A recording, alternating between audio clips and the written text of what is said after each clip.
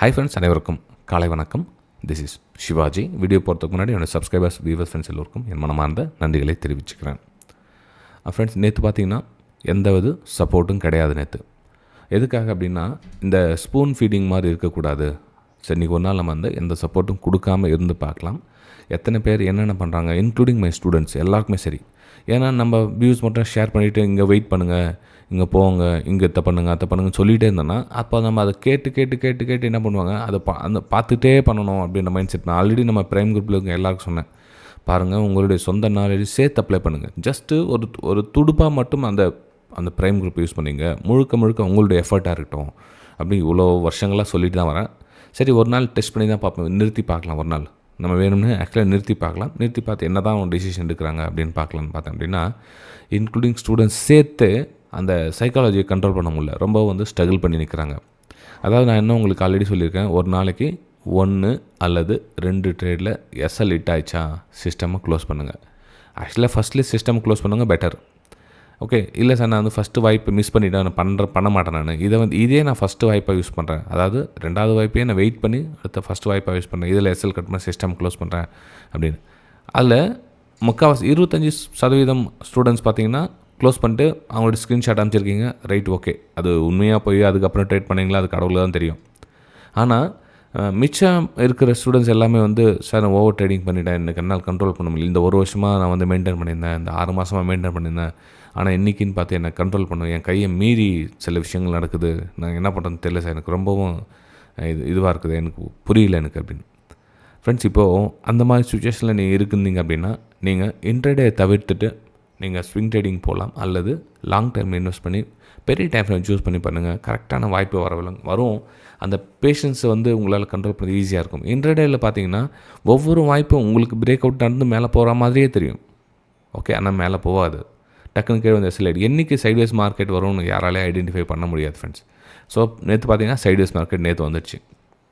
இதில் என்ன பண்ணுவீங்க, நீங்கள் எத்தனை என்ட்ரி எடுத்தாலும் உங்களுக்கு எஸ்எல் உறுதி, அதில் எந்த டவுட்டும் கிடையாது. அப்போ 2 எஸ்எல்லில் நீங்கள் சிஸ்டம் க்ளோஸ் பண்ணிட்டீங்கன்னா பெட்டர். ஓகே, ஸோ இது போட பார்த்தீங்கன்னா அந்த ஈவினிங் டைமில் பாருங்கள், ஒரு 12 மணி 21 நிமிஷத்துக்கு கூட மார்க்கெட் பேஷன்ஸை டெஸ்டிங்மாக இருக்கும். இன்னும் வாய்ப்பு கிடைக்குதா இல்லையா, எந்த வாய்ப்பு கிடச்சி, எங்கே பிரேக் அவுட் கிடச்சிச்சு, எதுவுமே இருந்ததில் நான் உங்களுக்கு மென்ஷன் பண்ணல. ஜஸ்ட்டு பார்க்கலாம் எத்தனை பேர் பண்ணியிருக்காங்க அப்படின்னு. ஓகே, ஆனால் இந்த ஸ்பூன் ஃபீடிங் வேலை தயவு செஞ்சு நிறுத்திங்க. ரைட்டுங்களா? இப்போ நான் என்ன சொல்கிறேன்னா அப்படியே பார்த்து ட்ரேட் பண்ணுவோம், வெயிட் பண்ணி ஆல்ரெடி உங்களுக்கு அப்டேட் பண்ணுறேன். நான் என்ன சொல்கிறேன், உங்களுக்கு பிரேக் அவுட்டுக்கான வாய்ப்பு, எனக்கு வந்து அப்பர் சைடு மூமெண்டம் பிரேக் அவுட்டுக்கான வாய்ப்புகள் பாருங்கள். ரைட், ஓகே, ஆனால் எத்தனை வாய்ப்பு பார்க்கணும்? ஓகே, 1 அல்லது 2 தான். அதுக்கு மேலே வந்து வாய்ப்பு பார்க்குறது முட்டாள்தனம். ஏன்னா மார்க்கெட் என்றைக்கு சைட்வேஸ் போகுதுன்னு தெரியாது. அந்த டைமில் போய் நான் அதை பண்ண போகிறேன் இதை பண்ண போகிறேன் அப்படின்னா வேலைக்கு ஆகாது. ரைட்டுங்களா? சரி ஃப்ரெண்ட்ஸ், இப்போது எக்ஸாம்பிள் சொல்லி எங்கெங்கே வாய்ப்பு கிடச்சிருக்கலாம் சார் பிரேக் அவுட்னா நம்ம என்ன மாதிரி எதிர்பார்த்துக்கலாம் அப்படின்னா, சப்போஸ் நீங்கள் ஒரு வேளை காலையில் ஒரு பிரேக் அவுட் எடுத்திருந்தீங்க, இந்த இடத்துல சின்னதாக ஒரு மூமெண்டம் எடுத்திருந்தீங்கன்னா, இது மூமெண்ட் 1:2 பத்தலை சார், இதில் வந்து எஸ்எல் ஹிட் ஆயிடுச்சு, இந்த இதில் வந்து எஸ்எல் ஹிட் ஆயிடுச்சு. ரைட், ஓகே, அப்போ அடுத்த வாய்ப்பு நம்ம பிரேக் அவுட்டுக்கான வாய்ப்பு எங்கே பார்க்க போகிறோம்? ஸோ இங்கேருந்து ட்ராப் பண்ணி இந்த பிரேக் அவுட் பார்த்தோமா? சரி சார், இந்த இடத்துல நான் என்ட்ரி எடுத்தேன், இங்கே ஸ்டாப் லாஸ் போட்டேன், இது வந்து டார்கெட் பத்தலை, 1:2 போல். ஆக்சுவலாக 1:2 போயிருக்கும், ஆனால் அது போதும் அப்படின்ற உங்களுக்கு மனநிலைமை வந்திருக்காது. ஏன்னா சின்ன லாபமாக தெரிஞ்சிருக்காது. இப்போது நம்ம இங்கேருந்து ட்ரா பண்ணி காமிக்கிறோம். நம்ம இதுக்கு முன்னாடி நம்ம ஸ்டாப் லாஸ் இங்கே போட்டிருந்தோம், கொஞ்சம் ப்ரைஸ் மேலே போனோம், ஸ்டாப் லாஸ் தூக்கி மாடிஃபிகேஷன் பண்ணோம், 16 பாயிண்ட் எஸ்எல் வருது, கிட்டத்தட்ட 35 பாயிண்ட்டா, இன்னும் கொஞ்சம் மேலே. நீங்கள் அவ்வளோ தூரம் டார்கெட் 1:2 வச்சா போதும் விடுங்க. நீங்கள் அவ்வளோ தூரம் 1:2 எனக்கு முடியல சார், என்னால் இந்த ஸ்டாப் லாஸுக்கு இந்த ஸ்டாப் லாஸ் மேட்ச் ஆகலை அப்படின்னப்போ அதை எடுக்காதீங்க. எனக்கு ஸ்டாப் லாஸ் பெருசாக, அது டார்கெட் வந்து சின்னதாக எடுக்காதீங்க. அல்லது எஸ்எல்ல மாடிஃபிகேஷன் பண்ணிங்க. இப்போ எஸ்எல் எப்படி மாடிஃபிகேஷன் பண்ணோம் சார் இப்போ அப்படின்னா, மார்க்கெட் இது 1:2 வரல, அப்போ ஸ்டாப் லாஸ் இங்கே மாடிஃபிகேஷன் பண்ணிங்க, இது கொஞ்சம் கொஞ்சமாக ஹைட் எடுத்துகிட்டு இங்கே வச்சுக்கோங்க. அப்போ இந்த இடத்துல மாடிஃபிகேஷன் பண்ணிங்க. கடைசி இங்கே வந்து எஸ்எல் ட்ரிகர் ஆச்சா, அக்செப்ட் கிட்ட காஸ்ட் டு காஸ்ட் வந்து உங்களுடைய எஸ்எல் ட்ரிகர் ஆச்சுன்னா அக்செப்ட் பண்ணிங்க. இப்போ நமக்கு டார்கெட் வரல சார், மார்க்கெட் ப்ரைஸ் வந்து கீழே எஸ்எல் ஹிட் ஆகிடுச்சு அப்படின்னா ஏற்றுக்கு தான் ஆகணும், சிஸ்டமை க்ளோஸ் பண்ணி தான் ஆகணும். இப்போ நான் வந்து இன்னும் ஒரு சிலர் பார்த்தீங்கன்னா இதில் ஓவர் ட்ரேடிங் எக்கச்சக்கமாக பண்ணியிருக்காங்க. எப்படின்னா, சார் நான் வந்து பிரேக் அவுட் டவுன் பார்த்தேன், இதெல்லாம் பிரேக் டவுன் பார்த்தேன், இங்கே பிரேக் டவுன் பார்த்தேன், இங்கே பிரேக் டவுன் பார்த்தேன், அது மேலே போய் எஸ்எல் ஹிட் ஆச்சு. இப்போ ட்ரெண்டுக்கு ஆப்போசிட்டாக ஃபஸ்ட்லேயும் டிசிஷன் எடுக்க தெரியல உங்களுக்கு. அப்போது நம்ம எந்த பக்கம் போதும் அதை ப்ரெடிக்ஷன் பண்ணணும். இப்போ மார்க்கெட் பிரேக் அவுட்டில் ப்ரெடிக்ஷன் பண்ணுறீங்க இல்லையா, அதே மாதிரி நான் வந்து இந்த சைடு நிற்கிறேன், அப்பர் சைடுக்கான பிளான் பண்ணுறேன், நான் வந்து சைடு வேஸ்க்கான பிளான் பண்ணுறேன், நான் வந்து டவுன் ட்ரெண்டுக்கான பிளான் பண்ணுறேன். ஃபஸ்ட்டு எங்கே நிற்கிறீங்கன்றது தெரிஞ்சுங்க. மார்க்கெட் மேலே போனால் எங்கே நிற்கிறது, மார்க்கெட் சைடு வேஸ் பண்ணால் எங்கே நிற்கிறது, மார்க்கெட் கீழே பண்ண நிற்கிறது, 3 இடத்துல நிற்க விருப்பப்படுறேன் அப்படின்னா உங்களுக்கு சைக்காலஜி கண்ட்ரோல் பண்ணுறது ரொம்ப ரொம்ப டஃப். அது அந்தளவு சான்ஸே கிடையாது, முடியவே முடியாது. நான் ஒரே டைரெக்ஷனில் நிற்கிறேன் அப்படின்றப்போ உங்களால் சைக்காலஜி கண்ட்ரோல் பண்ணுறது கொஞ்சம் ஈஸியாக இருக்கும். ஆனால் டவுன் சைடு நிற்கிறேன் அப்படின்றது நீங்கள் மார்க்கெட் டவுன் சைடு வந்தால் மட்டும் தான் உங்களுக்கு வேலை, மார்க்கெட் மேலே போயிட்டு இருக்குதுன்னா உங்களுக்கு வேலை கிடையாது. புரியுதுங்களா? ஸோ அங்கேயும் போய்ட்டு இங்கேயும் போய்ட்டு 2 இடத்துலையும் நான் ட்ரேட் பண்ண போகிறேன் அப்படின்றது அவ்வளோ சேஃபாக இருக்காது அப்படின்றது என்னுடைய தனிப்பட்ட கருத்து ஃப்ரெண்ட்ஸ். ரைட்டுங்களா? சரி, இது வந்து முக்கியமான விஷயம். இது நான் தேவையில்லாத எதுவும் பேசலை, இது வந்து முக்கியமான விஷயம். அதில் தான் டாபிக். அந்த விஷயம் சொல்லிவிட்டு உங்களுக்கு நம்ம இன்றைக்கி நிஃப்டி அப்டேட்டை பார்க்கலாம். ஒருவேளை நீங்கள் நம்ம சேனலில் ஃபஸ்ட் டைம் பார்க்குறீங்க, சேனலை சப்ஸ்கிரைப் பண்ணி பெல் ஐக்கானை கிளிக் பண்ணி வச்சுங்க. நம்மளுடைய ஃப்ரீ எஜுகேஷன் குரூப்புக்கு பாருங்கள், விழுப்புரம் தான், நீங்கள் டிஸ்கிரிப்ஷனில் இருக்குது, ஜாயின் பண்ணிக்கலாம் நீங்கள். ரைட்டுங்களா? சரி, ஃப்ரீ எஜுகேஷன் குரூப் அப்படின்றது எப்படின்னா, இது வந்து நம்ம ப்ரைம் இது வந்து ஃப்ரீ இது. ஸோ ஃப்ரீயில் பார்த்தீங்கன்னா உங்களுக்கு அதில் நடந்து முடிஞ்சதுக்கப்புறம் அதில் நம்ம ஷேர் பண்ணுவோம். இது நடக்கிறதுக்கு முன்னாடி வந்து நம்ம ப்ரைம் குரூப்பில் ஷேர் பண்ணுவோம், அவ்வளோதான் டிஃப்ரென்ஸ். அது ப்ரைம் குரூப் அப்படின்றது நம்ம வெபினார் ஸ்டூடெண்ட்ஸ் குரூப். அது இப்போதைக்கு எந்த கிளாஸ் கோர்சஸ் எதுவும் கிடையாது, எல்லாம் ஸ்டாப் பண்ணி வச்சுருக்கேன். அது இன்னும் கொஞ்ச நாள் போட்டோம் அதுக்கப்புறம். ஏன்னா இது மக்கள் வந்து ஒரு சில வந்து தவறாக மிஸ்கைட் பண்ணி அது குயிக்காக மணி பண்ணலாம் அப்படின்னு ஒரு ஆர்வத்தில் வந்து கலந்துக்கிறீங்க. அதை அவாய்ட் பண்ணுறதுக்காக இப்போதைக்கு ஸ்டாப் பண்ணி வச்சுருக்கிறேன். ரைட்?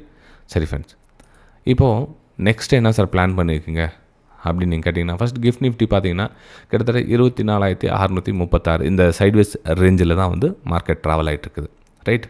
சரி, இதில் நான் என்ன சார் பண்ணலான்னு இருக்கிறேன், நீங்களும் அதை என்ன சார் பண்ணுவீங்க அப்படின்னா, இப்போ நான் வந்து இதில் ஒரு பிரேக் அவுட்டுக்கான ஒரு வாய்ப்புகள் பார்ப்பேன் ஃபர்ஸ்ட். நேற்று உங்களுக்கு மென்ஷன் பண்ணியிருந்தேன், இந்த 24,700 வரலும் ஒரு அப்பர் சைடுக்கான மூமெண்டம். ஓகே, ஒரு வேளை இன்றைக்கி நான் ஃபஸ்ட்டு ட்ரேடில் வந்து மூமெண்ட் எடுத்து இன்றைக்கி சைட்வேஸ் மாதிரி மூமெண்ட் ஆகிடுச்சுன்னா சேம் கான்செப்ட் தான். எஸ்எல் வந்து ஃபஸ்ட்டு அல்லது 2வது எஸ்எல்லில் சிஸ்டமாக க்ளோஸ் பண்ணணும்.